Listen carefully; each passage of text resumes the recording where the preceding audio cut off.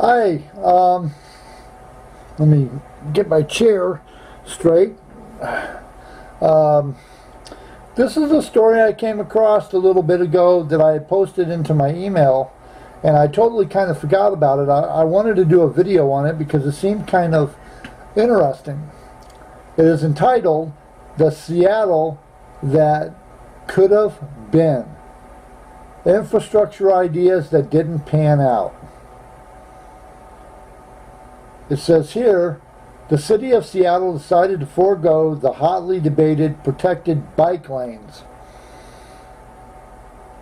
along 35th Avenue Northeast. It brought an end to a lengthy neighborhood battle that got heated more than once by refashioning the street with one lane of traffic in either direction, a center turn lane in parts, and parking confined to the east side of the street between Northeast 47th and 85th Streets.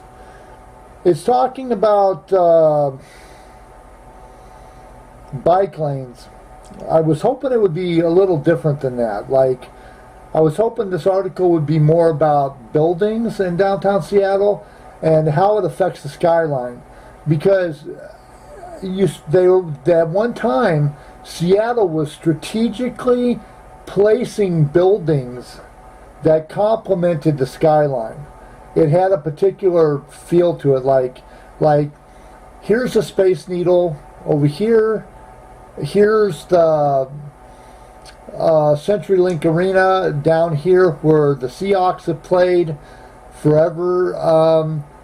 So in between the Space Needle and here, when you're over by Marrowstone Island and you're looking towards Seattle across the Puget Sound, not from Elliott Bay looking toward the Puget Sound, but from the Puget Sound looking toward Elliott Bay, when you look at the city, you are seeing a skyline there, and it's got a particular shape.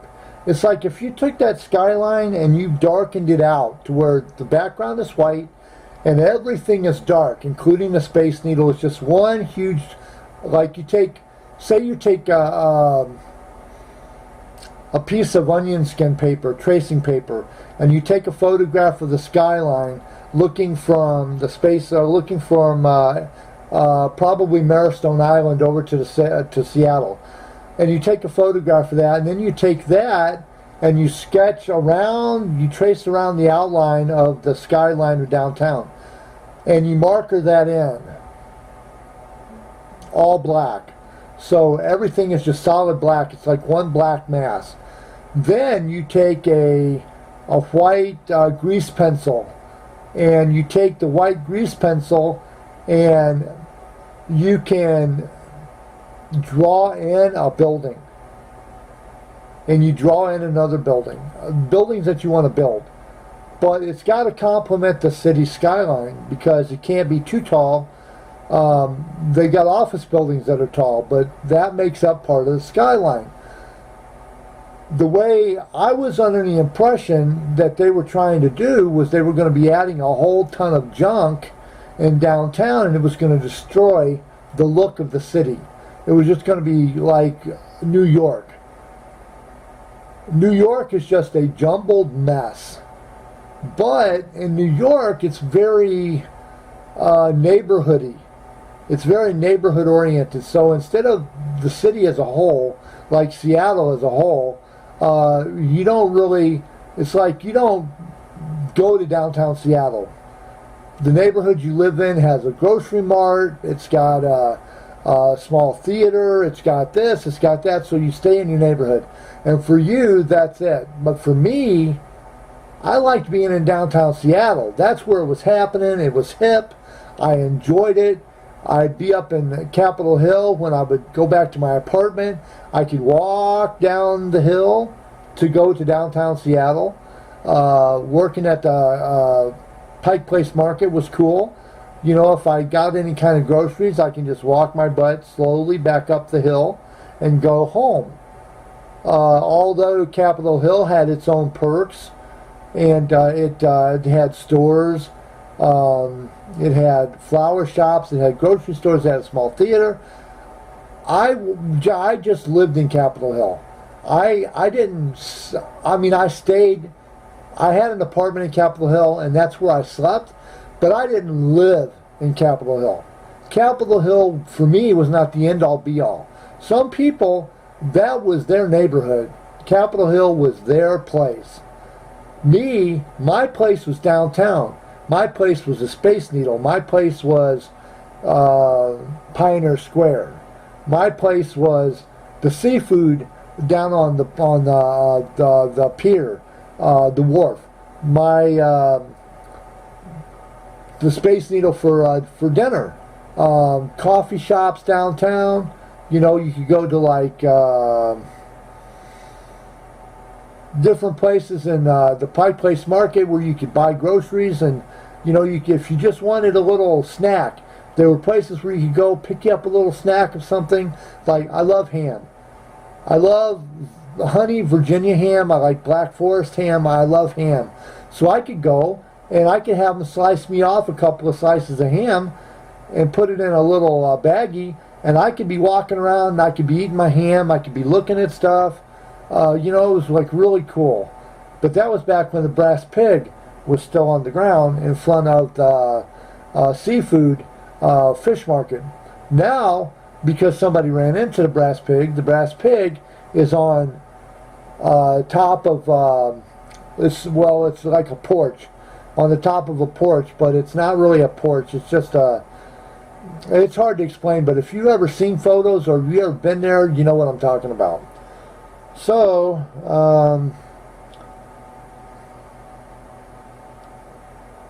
this story is not exactly what it talks, mostly about bike lanes.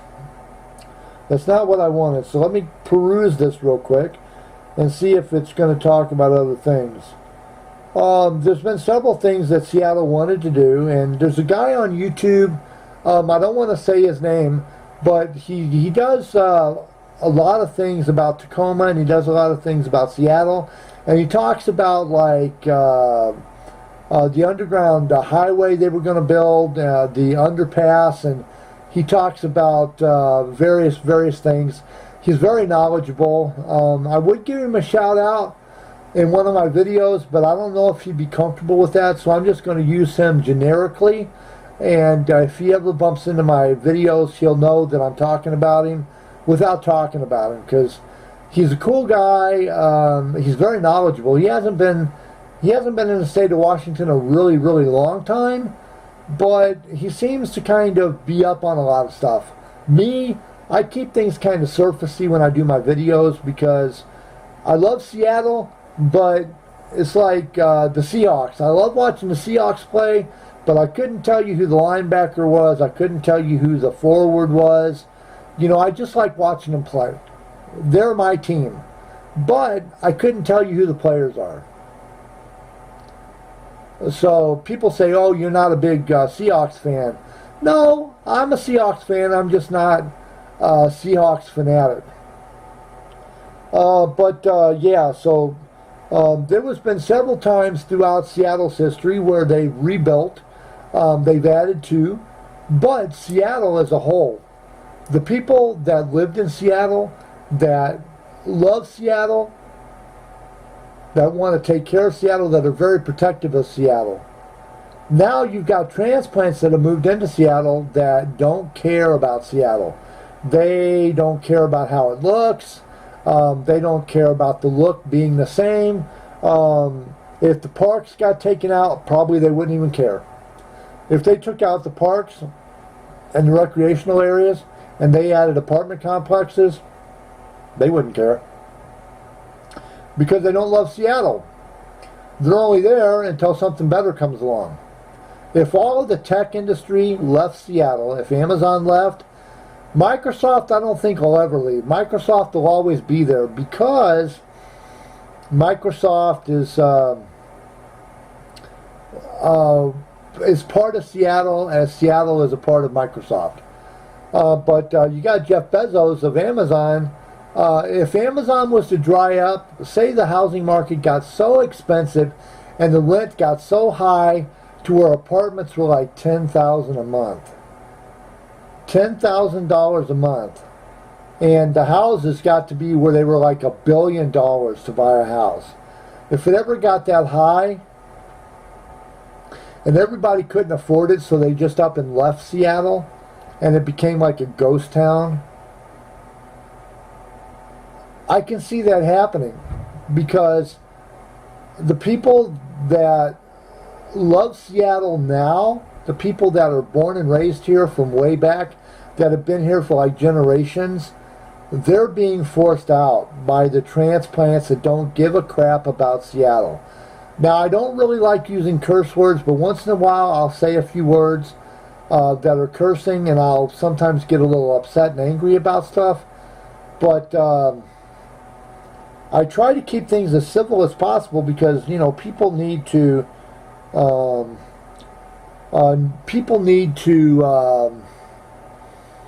watch my videos without feeling like they walked into a filth, floor, and filth fest.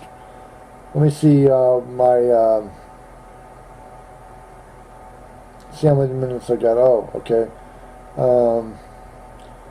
Let me add 5 more minutes to my video, and then here, other ideas that past Seattleites threw at the wall. Okay, well, I didn't see this until I skimmed down.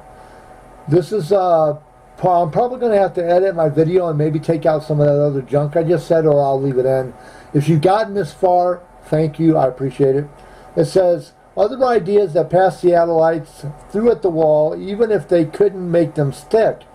Before Vulcan and Amazon transformed South Lake Union with offices and condos, there was Paul Allen's vision in the 90s of a giant urban park called Seattle Commons. Supporters dreamed of New York City's Central Park in Seattle. Opponents worried Allen would just get richer. Well, yeah, of course.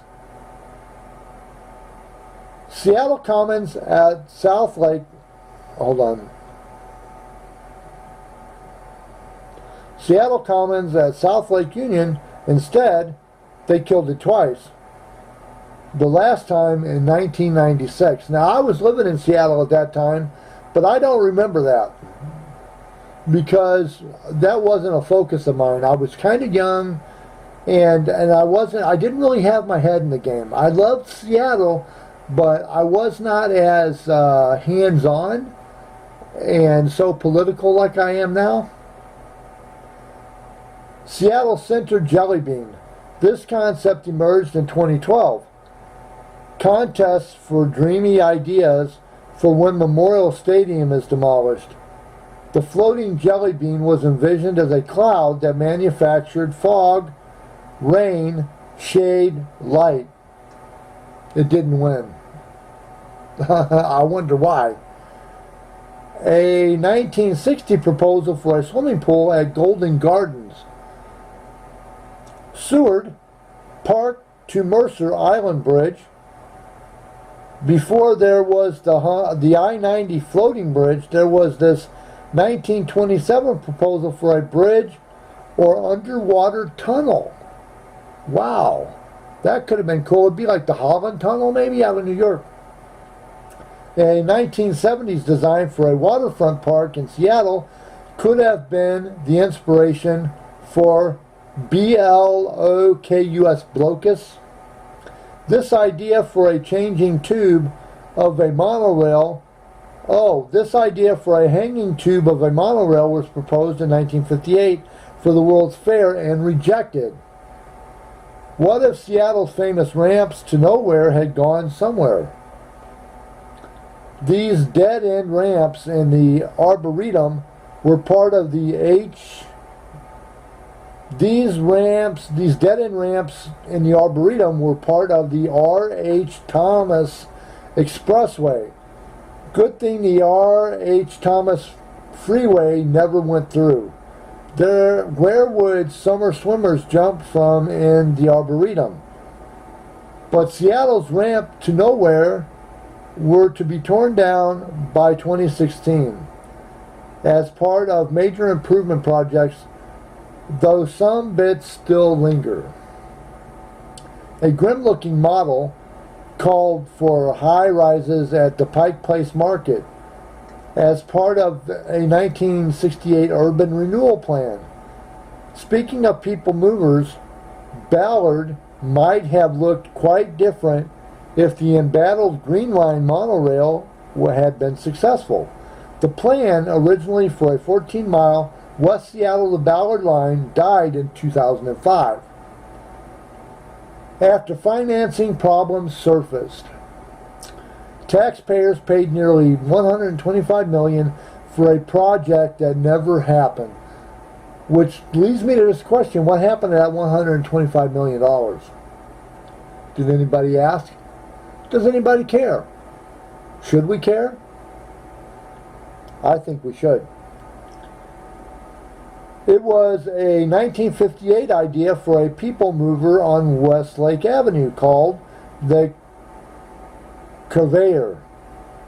Carveyor, Carveyor. It was envisioned to go to Inner Bay and turn around in a merry-go-round looking terminal. Floating stadium, another idea that fizzled. King County officials actually supported this 1963 plan, which called for a floating pro sports retractable roof stadium on Elliott Bay. You could get there by ferry, rail, bus, seaplane, and monorail. The designers envisioned this. Here's an idea that never made it: an underwater tunnel in Union Bay, proposed in 1961. It was part of the R.H. Thomas Expressway that was never built.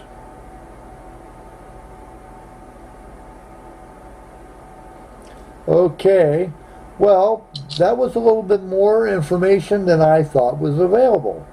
So I've given you a little more information, and upon doing so, I will call it a night. This has been All Things Considered, because I consider all things. Have a good night, Seattle, and all points beyond.